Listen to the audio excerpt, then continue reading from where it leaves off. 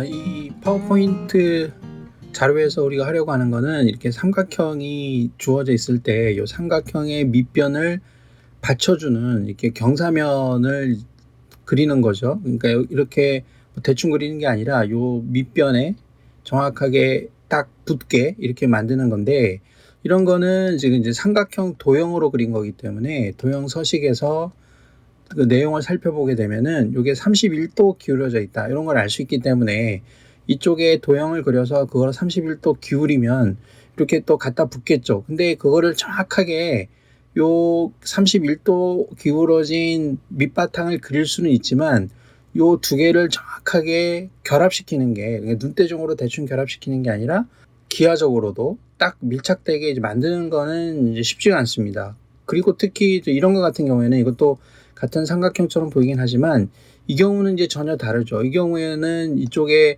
120도라고 나와 있는데 120도는 요 각도가 120도인 경우고요. 그러니까 수평에서 이렇게 올라가 있는 거, 안쪽은 이제 60도짜리 정삼각형인데 이런 경우에는 요 부분을 또 캐치하기가 쉽지가 않거든요. 몇 도인지 정확하게 알 수가 없죠. 이거는 아까 31도라고 정확히 알기 때문에 그래도 같은 각도로 기울어진 밑바탕을 그릴 수 있지만 이거는 또 그런 것조차 그리기가 쉽지가 않습니다. 그래서 아무튼 이런 모양이든 이렇게 밑변이 밀착이 되는 경사면을 이렇게 직각삼각형 같은 걸로 그리면 되겠죠.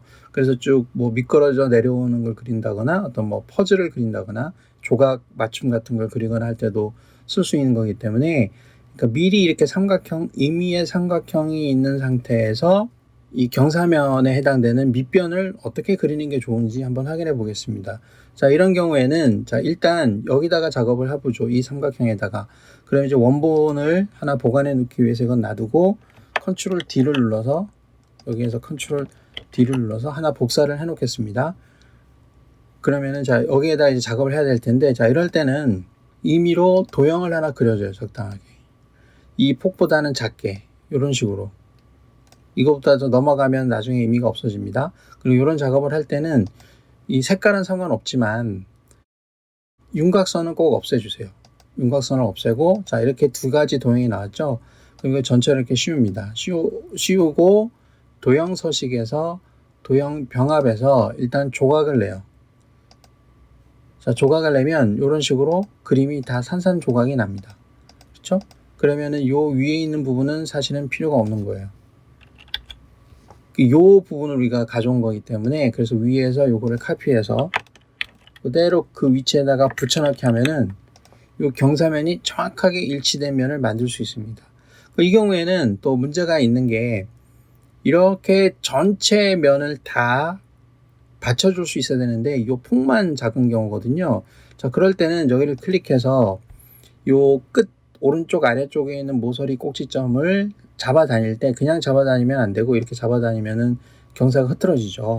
그렇기 때문에 잡아 다닐 때 Shift 키를 누른 상태에서 이 꼭지점을 잡아 다니면 이렇게 닮은 꼴로 가로 세로 비율에 맞게 확대가 됩니다. 그렇죠.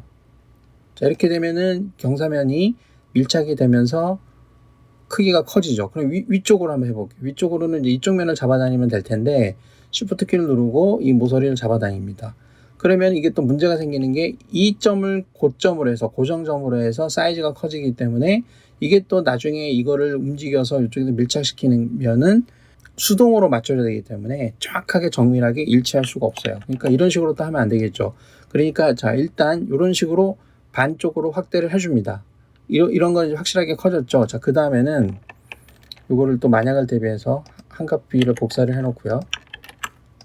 자, 그러면 이제 이 상태에서는 또 어떻게 하냐 그러면 요 부분 있잖아요. 그러니까 요 끝점은 꼭 정확하게 내가 파악할 필요는 없지만 요 윗부분, 요 경사진 부분을 포함한 요 직삼각형에 해당되는 요 부분을 추출해냅니다. 자, 삽입해서 도형을 눌러서 네모 박스를 하나 그려주고 이렇게 그려주는데, 이렇게 해주게 되면, 자, 이렇게 되면은 직삼각형이 안 되고 직각삼각형이 안 되고, 이렇게 하면 직각삼각형이 되겠죠. 요 남아있는 부분이. 그러면 자, 남길 걸 클릭하고 이 잘라낼 부분을 클릭한 다음에, 이 클릭하는 순서가 중요하죠. 자, 여기를 먼저 클릭하고 Shift 클릭 이렇게 한 다음에 도형 병합에 가서 쪽에 빼기를 해줍니다. 그러면 나중에 클릭한 게 빼지겠죠. 그럼 요거만 남아요. 자, 이 경우에는 요거를 다시 요 오른쪽 끝부분을 Shift를 누른 상태에서 확대를 합니다.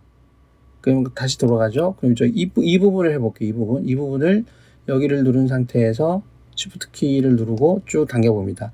자, 이 경우에는 미끄러지실 때 올라갑니다. 이렇게.